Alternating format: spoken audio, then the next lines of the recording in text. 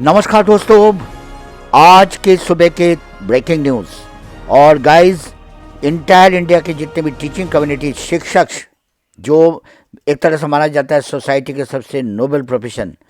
और एक तरफ नवरात्रि के त्यौहार और उस तरफ सुप्रीम कोर्ट में एक के बाद एक डेवलपमेंट, एक नए नए जांचिका,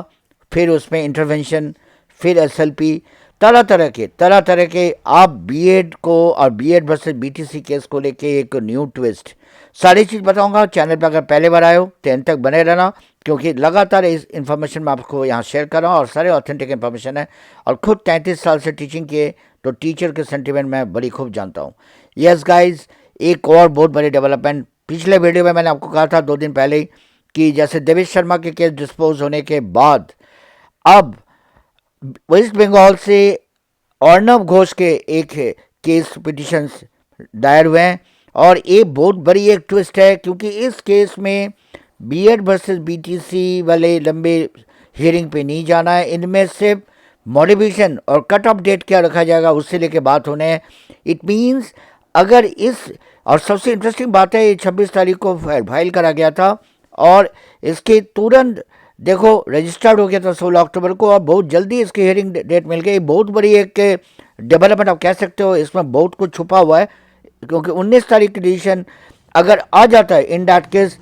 क्वाइट ऑब्वियस कि इन दैट केस 20 तारीख के जो 2-3 हियरिंग, उसके बाद 30 तारीख की हियरिंग जो छत्तीसगढ़ के 20 तारीख को, तो आपको पता है बिहार के एसएलपी और बिहार के जो हियरिंग जो जस्टिस बोपन्ना ने अनिरुद्ध घोष के कोर्ट में ट्रांसफ़र कर दिए थे, ऊपर से यूपी के जो बीएड वाले के जो 69,000 के रिक्रूटमेंट प्राइमरी सेक्शन में, उस पर भी क्वेश्चन मार्क थे। उस दोनों के हियरिंग के पहले ये 19 तारीख के हियरिंग जो जस्टिस महेश्वरी और जस्टिस ऑनरेबल जस्टिस विश्वनाथ के बेंच में सुनने हैं। अगर वहाँ अर्णव घोष के पिटिशंस में कट ऑफ डेट के ऊपर बात करने हैं, क्या 18 जून,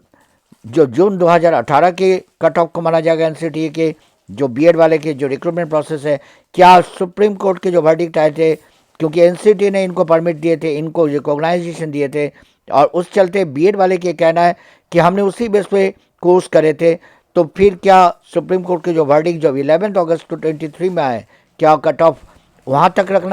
रखना है कि उससे पहले के, क्योंकि अगर ये पहले के होते तो बहुत बड़ी आफत आ जाएंगे, बहुत सारे लोग इसमें इन्वॉल्व हैं। बट साथ साथ ये भी है, मेरे को दोनों तरफ के और सेंटिमेंट को देखते मैं ये कह रहा हूँ, अनिरुद्ध वासु के इस बेंच में जो 20 तारीख की हेयरिंग है, बट 19 तारीख में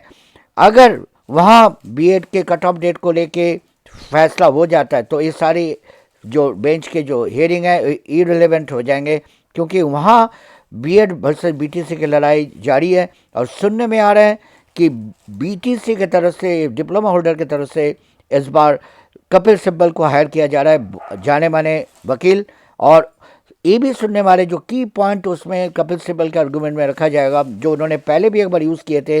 वो है कि क्योंकि एनसीटीई ने एक बार इस बात की जिक्र करे थे सर्कुलेशन के थ्रू कि अगर सफिशिएंट डिप्लोमा वाले एलिमेंट्री एजुकेशन के कैंडिडेट्स नहीं मिलते हैं,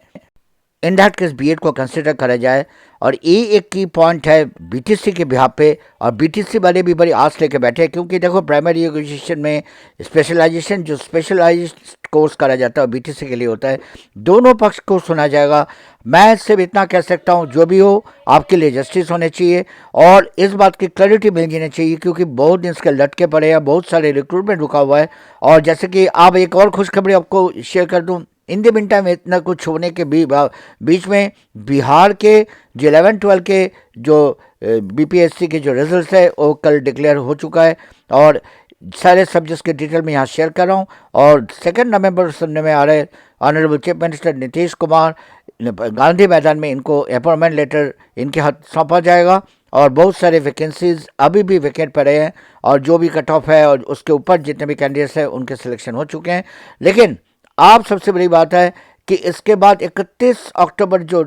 एनआईएस के 18 महीने के डिप्लोमा वाले के हियरिंग होने उत्तराखंड के जो भी सुप्रीम कोर्ट में अभी होने हैं, बट उससे पहले सबसे बड़ी अहम डिसीजन कल होना है कि बीएड के कट ऑफ क्या रखा जाएगा, कब से लागू